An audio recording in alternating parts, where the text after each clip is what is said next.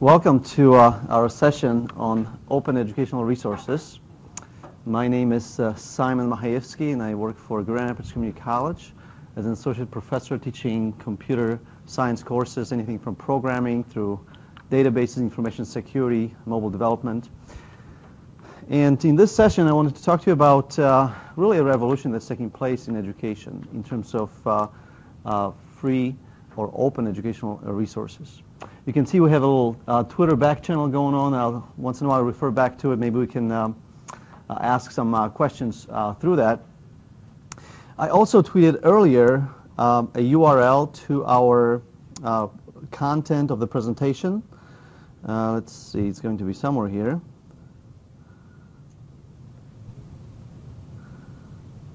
Well, the URL to the resource for the session is tinyurl/ETOM2012. So this is going to be a shortcut if you do not like paper. If you have a mobile device, you can go ahead and download the PDF, the session slides, and so forth from this URL. Incidentally, this URL points to a connection system, which is all about open educational resources. So we'll go through that system and see how these resources are created. Well, let's go ahead and get started. Open educational resources. How many of you have already heard about OER? Okay, great. And how many of you have actually used in your courses OER? Okay, great. So my next question would be, how many of you have created OER and published them? But obviously, this is why a lot of you are here. So first of all, I used the word free when describing these resources. And if we look deep down at common sense, there are a few things that we know about free. There's no such thing as free lunch. Or Linux is free, but not as in free beer. And actually, in this session, I'll talk quite a bit about how free or open source software was created, because open educational resources sort of follow that path. And then the whole idea of a free kitten. Really, what is free? You may know of the salesman's technique where on Friday, I give you a free kitten to take home. I'm not going to sell it to you right away. I'll just give it to you. You go ahead and take it home, show it to your kids, see if it fits in, give it a name, and then on Monday I'll tell you how much it costs, right? And then you might find out over time what the maintenance fees are. And so this is one of the lessons that we have learned with software that was called free or open source, that in fact over some length of using the software, there are investments that have to be made, and there's price that we pay for using it. So we'll try to balance out some of this idea of free. And let me start by saying that in software, there was a few individuals who started this whole movement of openness. And originally this was called free software. There was Free Software Foundation. And at some point they had to change that because free software was scaring businesses, was scaring people who actually were trying to make money on computer science. So they went from free to open. Now that it's called open source software, then it was more likely to attract businesses. And so this was similar discussion with educational resources. We don't want to call them free because, in fact, this openness has to do with availability, with freedom of access. This is why, for example, some Linux systems today cost, like Red Hat Linux, for example, it might cost $2,000 a year to own a single license. So it is not free by any means, but it's open as in available, as in the level of customization that you can get. In software specifically, it has to do with access to something called open source, or the source of the software, where you can edit the software by yourself. So let's see what we can do today in terms of making these subjects a little bit more familiar.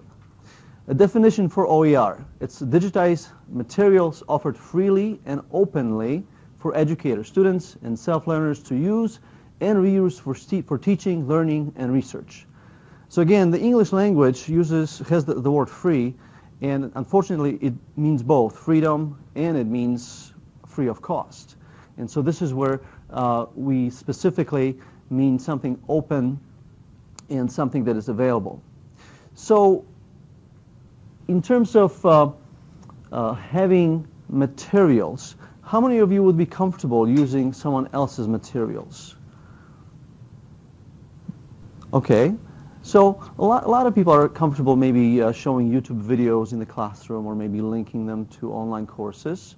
And these materials have certain advantages and disadvantages. We'll talk about them.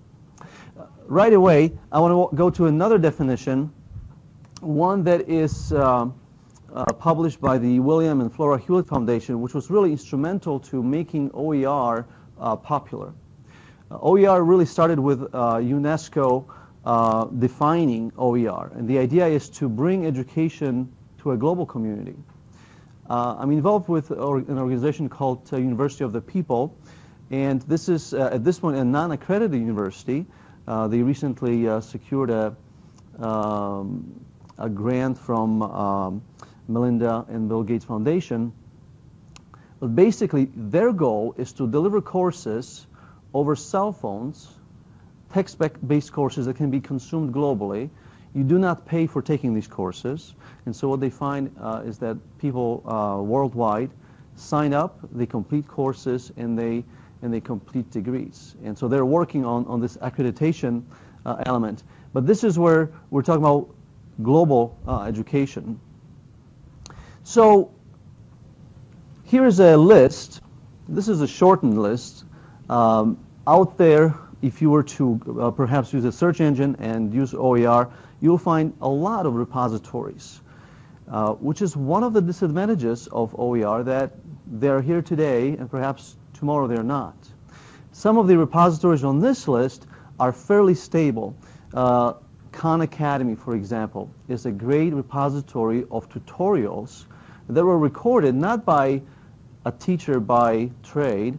Salman Khan actually worked for the financing industry, and he was tutoring his cousins. Because YouTube only allowed 5-minute videos at the time, his videos are 5 minutes long, which happens to be the kind of a time attention span for most people anyway. So his videos became very, very popular. Google, as well as Bill Gates, have gotten behind that, so he has some more funding now. There are entire K-12 systems that are going with Khan Academy videos, where students are watching those videos at home. So the lectures are taking place at home, and then they come to school to do homework. So they have more of this one-on-one touch with the faculty, with the teachers. This, of course, would have great application in homeschooling. It helps the parents to review what was maybe some algebra issues or math that they just don't remember. But now they can review that and actually help their kids with homework. So multiple uses. Some of the other important systems would be the connection system published by Rice University. And the connection system is special because not only does it index content that's available perhaps throughout the internet. There are many of these indexing services, and the problem is that there might be a link, but then the content is no longer available. So what Connections does is it actually creates a repository where you store your content inside of Connections. So it really becomes like a global LMS. You might already have Moodle or you might have Blackboard, and they have certain standards like SCORM and others where you're supposed to be able to export your content and make it pluggable to other systems. But think about maybe a central learning management system where we can store content and just link to it. Therefore, we always have the most updated version of it.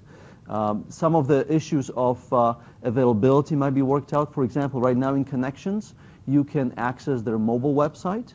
Whenever you create a lesson, you can download it in PDF or in EPUB.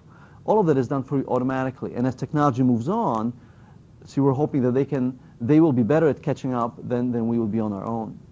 So a number of organizations that are looking at OER. At this point, I want to mention an interesting competition that took place not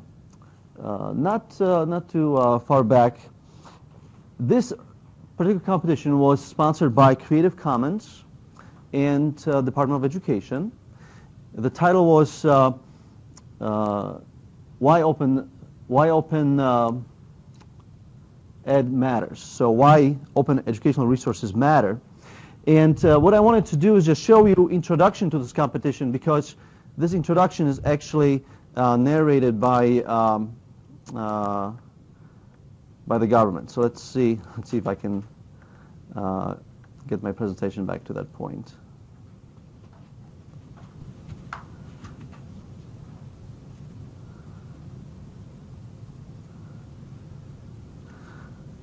So it's supposed to work perfectly.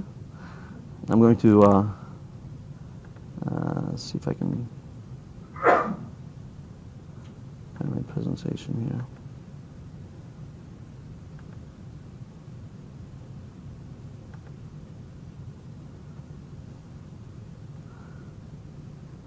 That's okay. We'll go ahead and go the old way about that.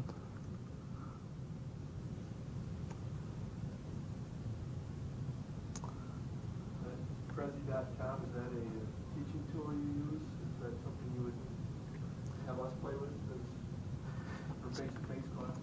So, yes, so Prezi.com happens to be a tool which can replace PowerPoint. The idea is that it has quality that's introspective, so you can go from one idea, then emerge into another idea. And it is based online, so basically you can have your presentations out there. You can also download them as PDF. So let's go ahead and listen to this particular video, which shows really the support of the government behind OER. Oh, you know what? One more thing I didn't do is, yeah, there's a sound somewhere here.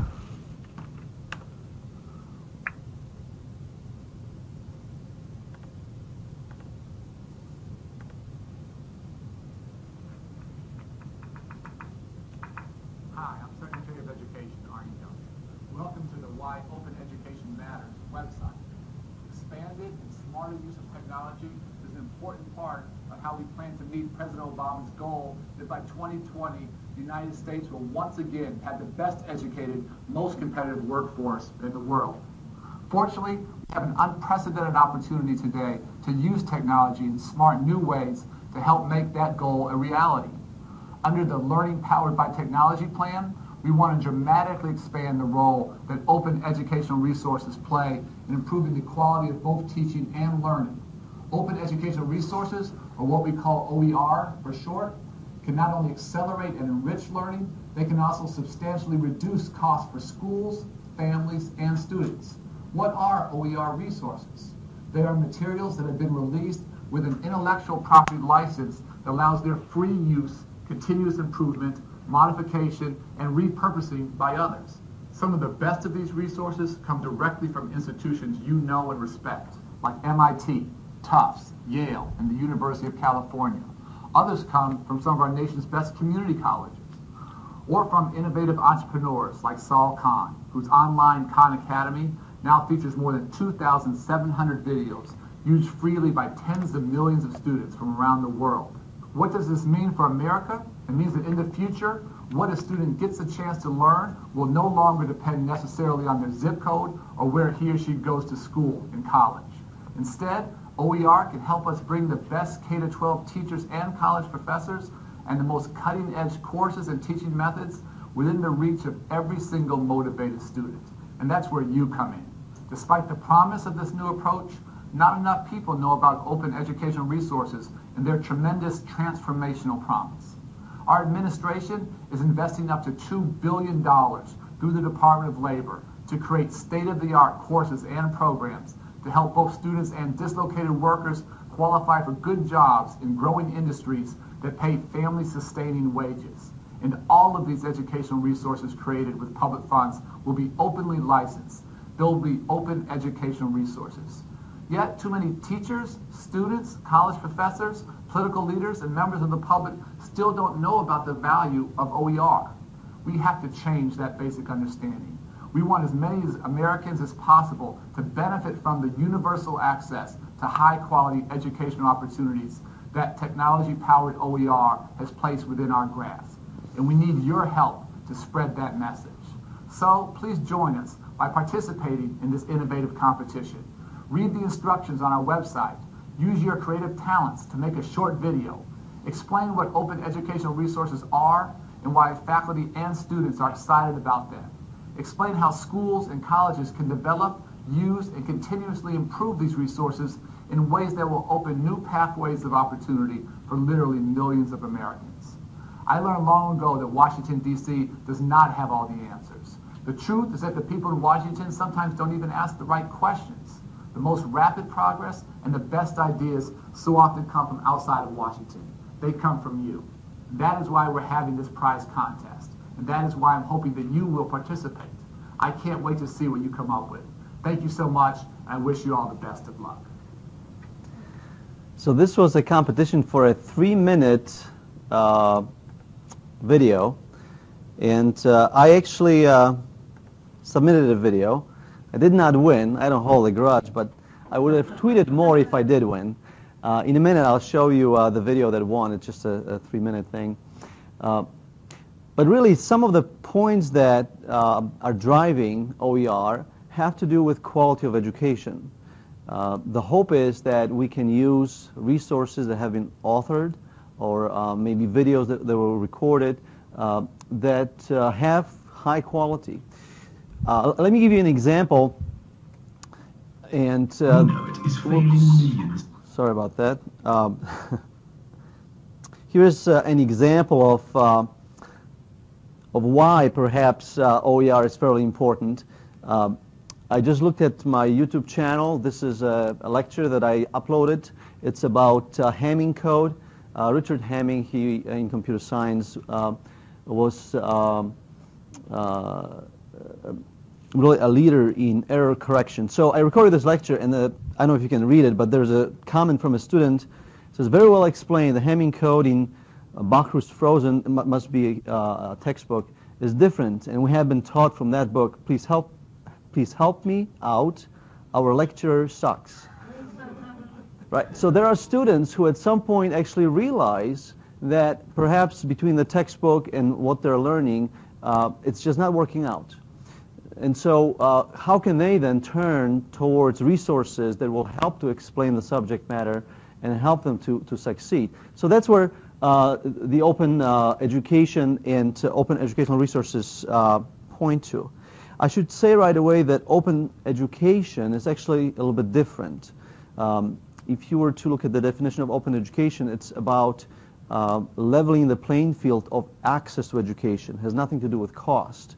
Well, we like this open expression so much that we add it to every other word that we can. So open educational resources and open education will often repeat. Around the world. Take Tando, for example. He's a bright kid with big dreams, but the education he's getting is holding him back. You see, Tando's school can't afford the latest learning materials, so he has to work with textbooks that are completely outdated. To make matters worse, Tando's teacher is also left using outdated information, often without even realizing it. And even if he manages to overcome this and gets into college, the cost of all the lessons, books, and notes he needs will land Tando in a pile of debt. It's not just Tando. This situation is being replayed in schools and colleges all around the world. So much for education for all. So how can we fix things? The answer lies in open education. Open education is a global movement that aims to bring quality education to teachers and students everywhere. The basic idea is to put top-notch learning materials on the web that anyone can access for free. You see, unlike textbooks, open ed resources can always be revised, so they're never out of date. Teachers are given free license to adapt them and improve them, giving students exactly what they need to achieve their dreams. As all open ed resources are free to share, schools are no longer limited by where they are or how much money they have. And if you think open education doesn't make the grade, think again. Open ed resources are being created by the world's most respected institutions and scholars. And the Obama administration is set to invest up to $2 billion in open ed in the next 4 years alone. From the highest branches of government right down to grassroots level, open education is changing lives. Visit creativecommons.org/education to learn more. So this was the winning video, and it was created by a team in Cape Town, Africa. So we can see how this is really globally driven, and when we contribute to these repositories, we can make a significant impact.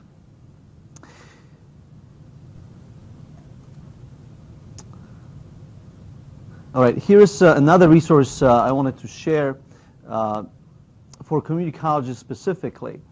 Because OER is such a hot idea right now, this particular organization provides a quick start guide which helps to implement OER at a community college level. So these are specifically resources for a community college. So why OER? Some of the reasons given on this slide really go to the core of why people would even contribute, not just why they would use it. Some of the reasons why open source software is written, Linux, Apache, and other Firefox, other software, has to do with motivating programmers to do that. And reputation is part of it, being able to build portfolio and so forth. So similar motivators might apply in education. So for authors, open publication grants access to the widest possible audience. Studies show that their articles are cited more frequently. So there is a benefit for someone maybe to waive some of the copyright rights and to allow licenses that are more flexible in order to be cited more often. For readers, of course, open access grants access to the entire body of literature. For publishers, open access guarantees the widest dissemination of the articles they publish. File sharing may actually increase the market for their commercial products. I think this is very important, and in a minute I'll ask you to contribute. What are some of the business models that can be designed behind OER? There are business models behind open source. I've mentioned that you pay $2,000 a year for Red Hat. Basically, instead of charging for licenses, what software companies are doing is they're creating services around, maybe support, customization, around software. So what business models can we design around open education? Without these business models, it'll not be sustainable. So we'll see what some of the brainstorming on that is. Then funders obtain the highest impact for their investment. Universities obtain increased visibility for their scholarship. Funding is, of course, beneficial to OER, but in a way, it's a crutch that may go away, and then some of these projects go away as well. So it is not a sustainable business model to create these repositories and run them just based on grants and the kind of one-time funding. So we need other business models. So what I'd like you to perhaps take a look at momentarily is on the handout that I shared with you. And this is taken from the OLCOS roadmap, which is a publication coming to us from Austria on OER. If you could just read through the 3 paragraphs, the European Digital Library as a flagship venture, and then perhaps discuss it with your neighbor and see if you can find business models that might help to promote open educational resources and to create them. See if we can do that for the next 10 minutes or so.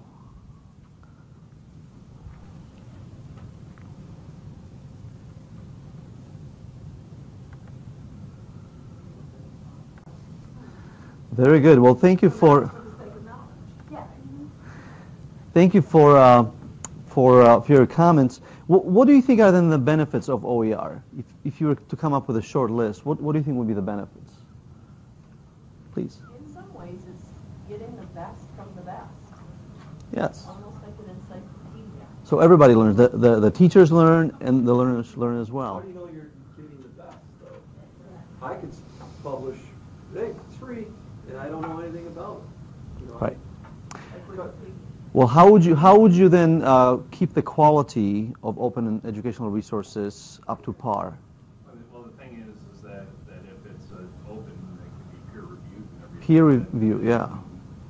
Yeah, so peer review is one of the strategies for OER where other faculty or maybe organizations that are created around these sites are going to review.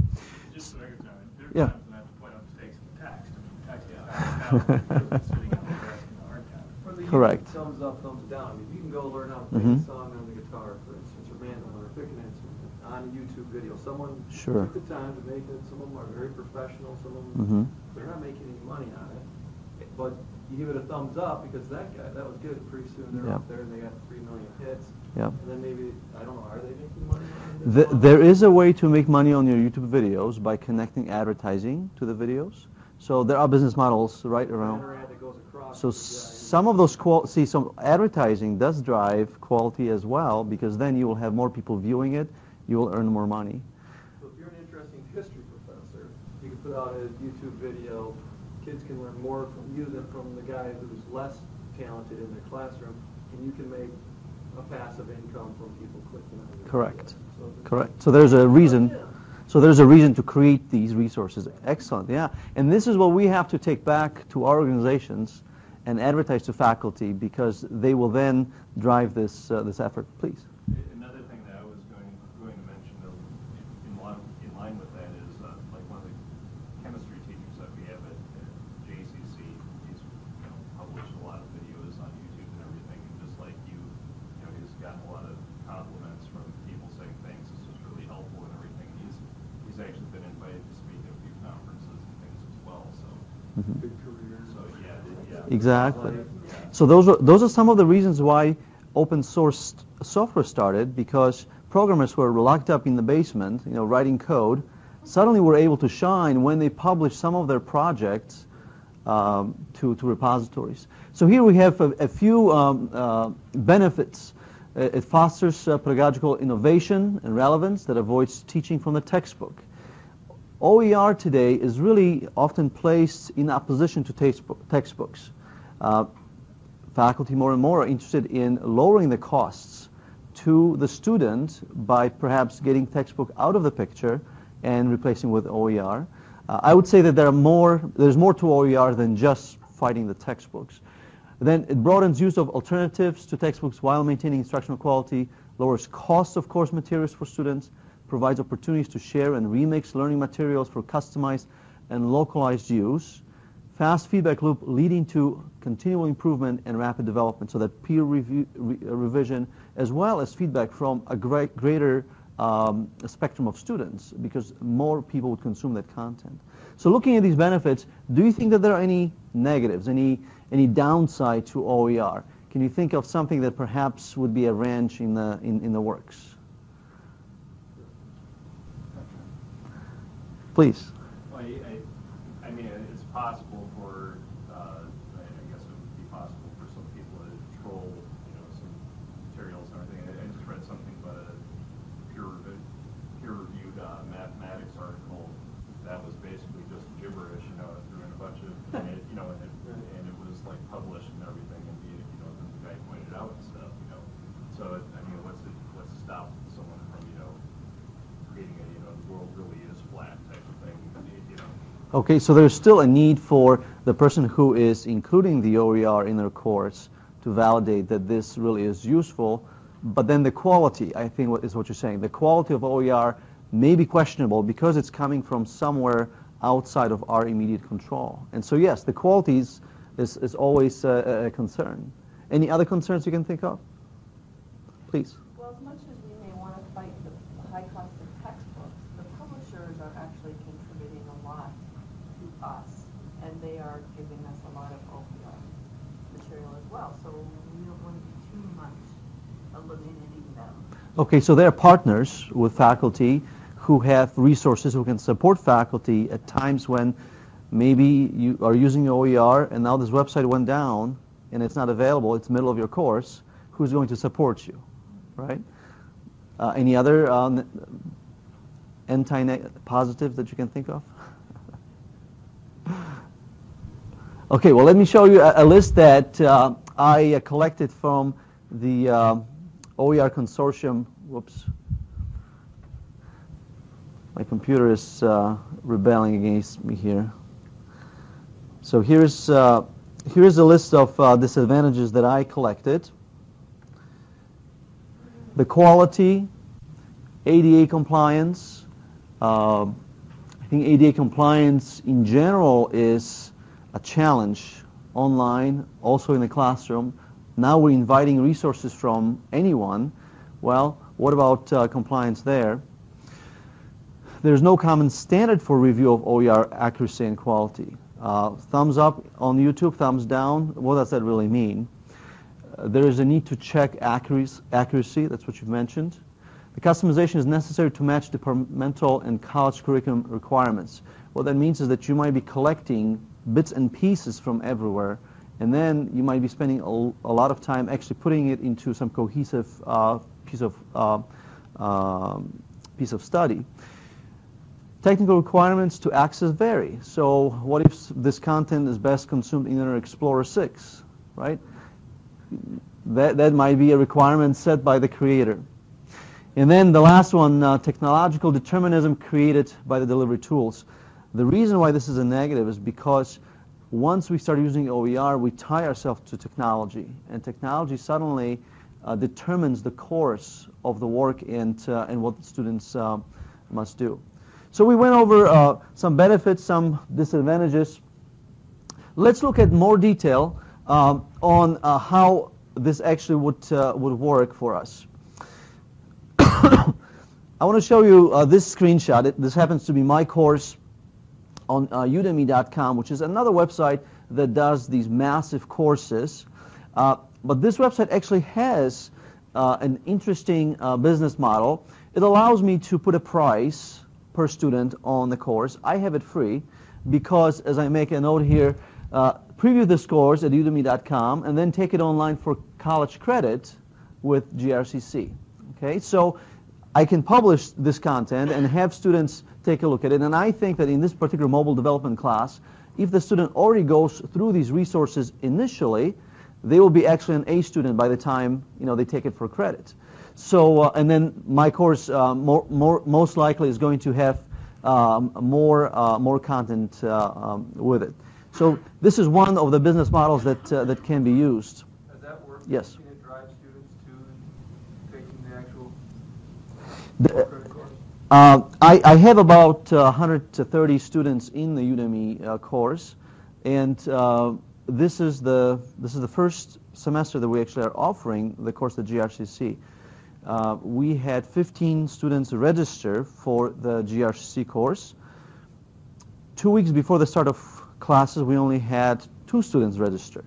So I was contacted by our administrative resources there, and I was told that probably it will be canceled.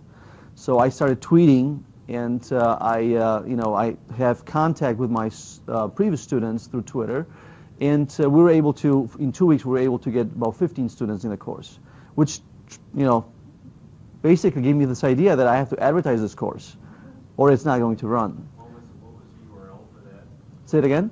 So what was the URL for your site? If you go to udemy.com and then search for mobile, my course should show up. Although yesterday I contacted Udemy because their search actually did not work well. So this is the URL, and the initial URL that I posted will have a PDF of this presentation, so you can take it from there. So now let's talk about the big challenge, and that is the law. Okay, and in the past, when the doors were closed to a classroom, okay, a lot of stuff could be done without lawyers getting involved. Well, now that it's all open, Gary's frowning. Now that it's all open, there are some real issues. What if the content that's published by someone else as OER is actually copyrighted by someone else, right? Or what if I now mixed content and I now intend to publish it as OER? All of these are very, very difficult things to do legally.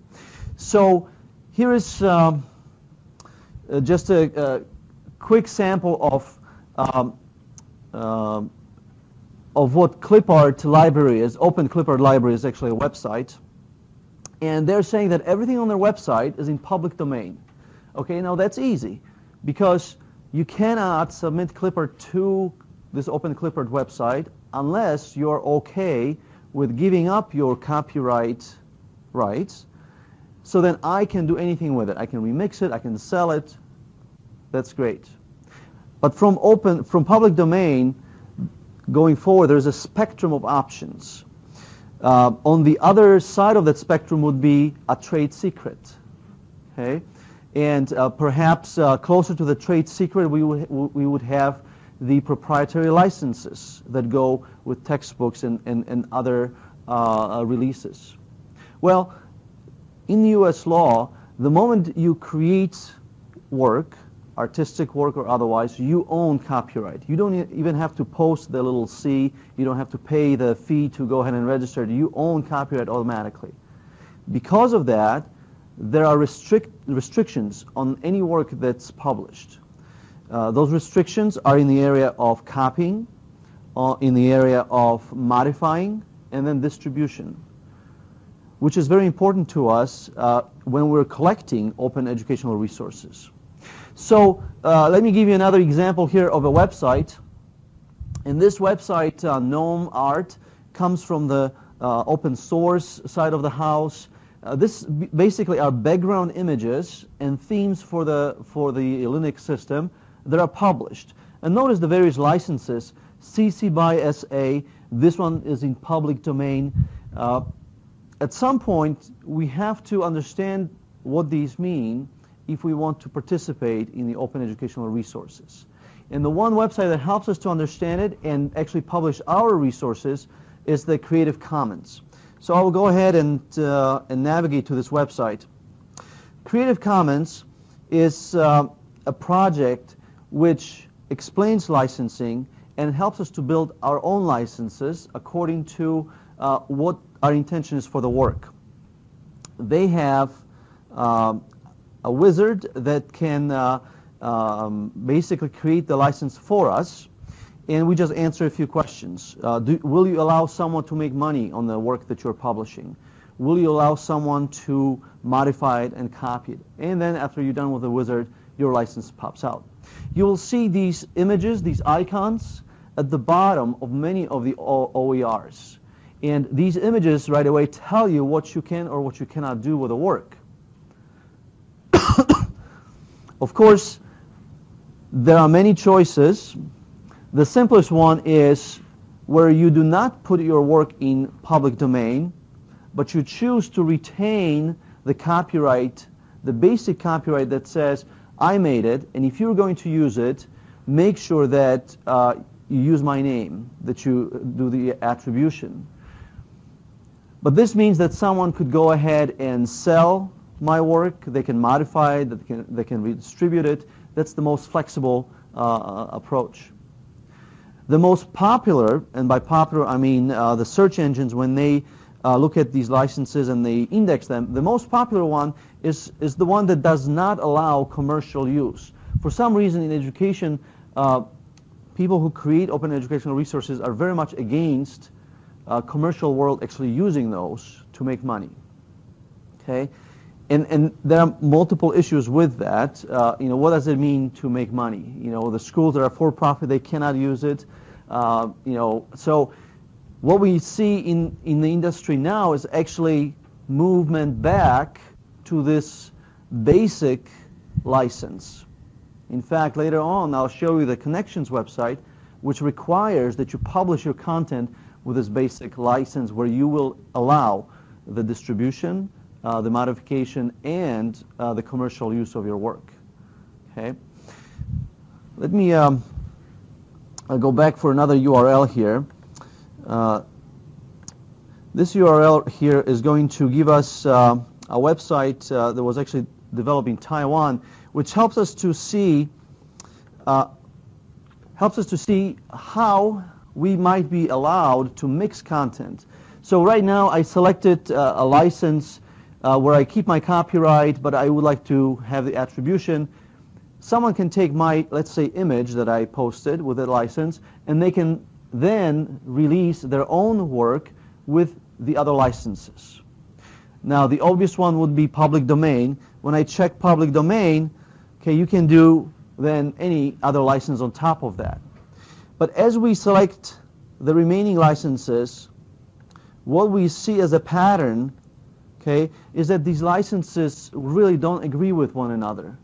And once the work is published under any of these other Creative Commons licenses, it might be very difficult to actually make it more available. So the legal issues continue to be there, and we have to be very careful how we republish these OER systems.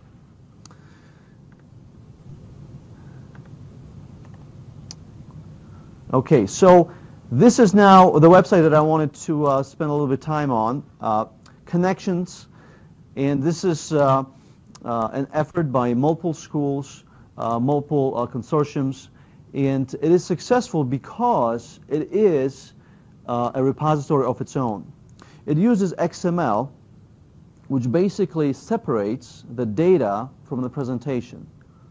For us, what that means is that you have to re-enter your resources. You might already have a Word document, 5 pages of text.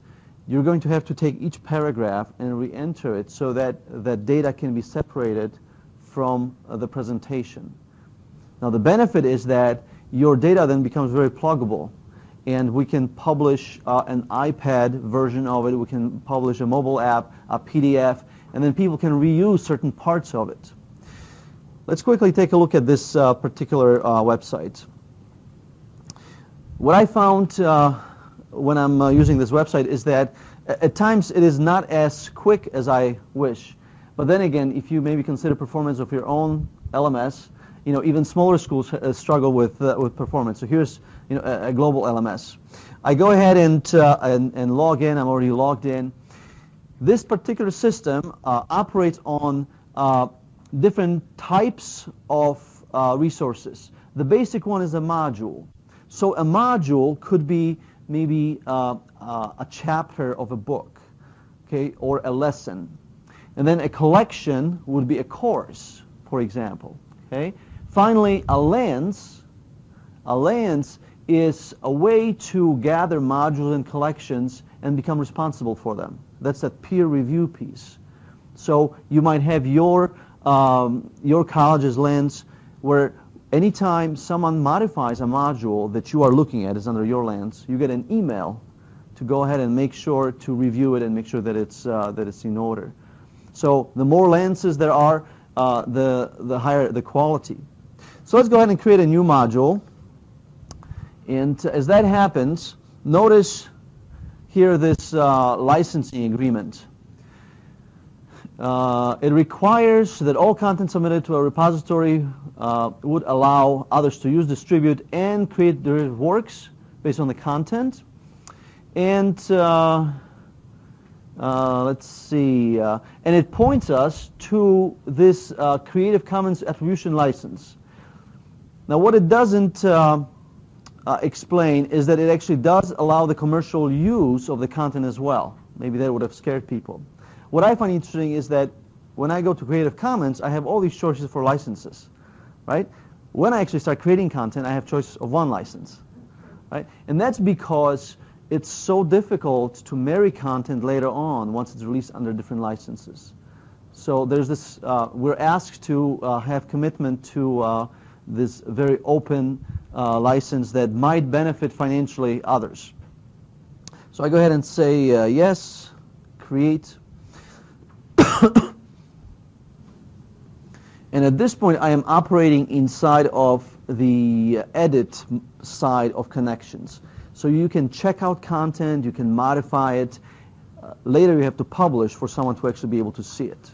So it's nice because you can try things out, you can develop, and only once you publish will anyone see this. Okay, so here I'll go ahead and create content called test. I'll say next. I want to show you how this content is actually put together, because what we see with OER is that not only does it require the subject matter, but it will require some technical skills to both implement it in your course. Now, with YouTube, it's as easy as clicking the embed button and copying and pasting. Okay, but with some of the more advanced repositories, there's just a little bit more involved. Again, I was prepared that the performance of the system is not going to break any records at this point. But I did create the notes for this session inside of CNX, so you can see that. Okay, so this is the blank module, and for me to create something inside, I have to say insert, and let's say that we are going to go ahead and create an exercise. You can see that right away this is not the easiest interface you've ever seen. Okay, so there are some tags that I have to look at. Right here, I could ask the question, what is 2 plus 2? And I can give the answer right here, and then click Save. The reason why we have to do that is because the content, again, is being separated from everything that has to do with the display. When you create a Word document, you bold some areas, you make other areas pretty, and so we have to be able to separate the data itself from the design of it. Okay, so now we have this module, and I can go ahead and preview it. We'll go ahead and go to online preview. Okay, so now this is what the student would see. Here's an exercise. I can go ahead then and click Show Solution, and then the solution comes up. So you can see that this system is going to automate things. Once they are there, once we've gone through this period of authoring the OER, they do add value.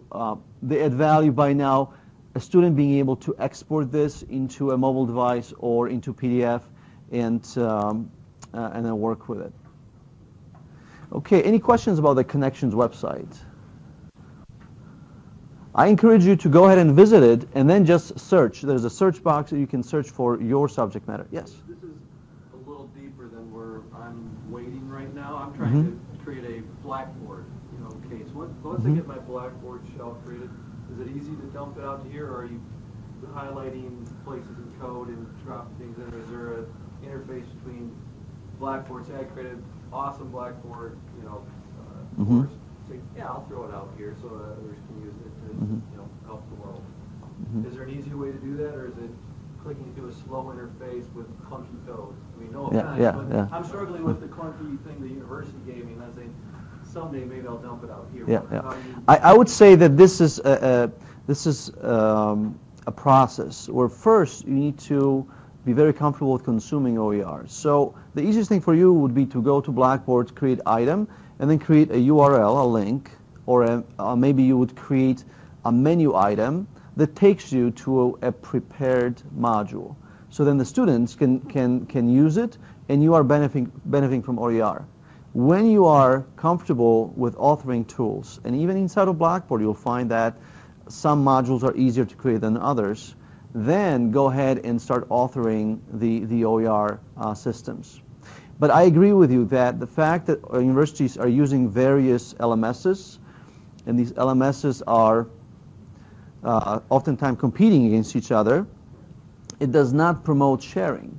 So I would say that the first step is to learn how to search for the OER, include them in your course. Only after that, go ahead and give it a try as far as generating. But generation of OER can be as easy as creating a YouTube video, right? Just when you read earlier about Google's project to digitize books, if it wasn't for YouTube, the networked video would be not where it is today. So YouTube for us becomes the kind of LMS distribution source for video. So, that is an easy way of actually creating some meaningful OERs. I want to show this because this is actually where you can divide a lesson into small portions and then really build out of smaller blocks. Why hasn't there been Facebook University yet, in the sense that you've got all the other top drawer distribution systems, YouTube, Facebook, Gmail, pick any free online, user-friendly, universal around the world, are created by universities, not governments, or why hasn't someone saw this and said, you know what, if we could sell Facebook U to all the universities, because Blackboard is old and clunky, and we could put ads on the side selling, sneakers and Gatorade or whatever. But why isn't there a better OER commercially? Get a capitalist to do this, and it would be a lot easier. The content would. I think it goes back to our. And I'm getting paid for my video on there. I think it goes back to our original question: can there be a business model around it? The moment there's a business model, someone will come up with a solution that feels like it basically is asking us questions and is fluid. Right now, FERPA is a good reason. Why not to? Spend on university education. That's what I'm saying. There's a business model in the sense that you spend $10,000 to $100,000 to get a college degree, right? Depending on how you go about it. That money's waiting out there for a capitalist to go against the brick and mortar delivery system. I mean, that's, to me. Yeah, and I would say that you've made some expression about Blackboard. The most recent versions of Blackboard are actually quite similar to the new versions of Facebook and other systems, but the local organization is in charge of these LMSs, so they decide when they're upgraded. There are good reasons why organizations do that. There's FERPA data that they have. There's other security issues, and then there are faculty who need to be trained on it. You can't train everyone on Facebook and all the other systems at the same time.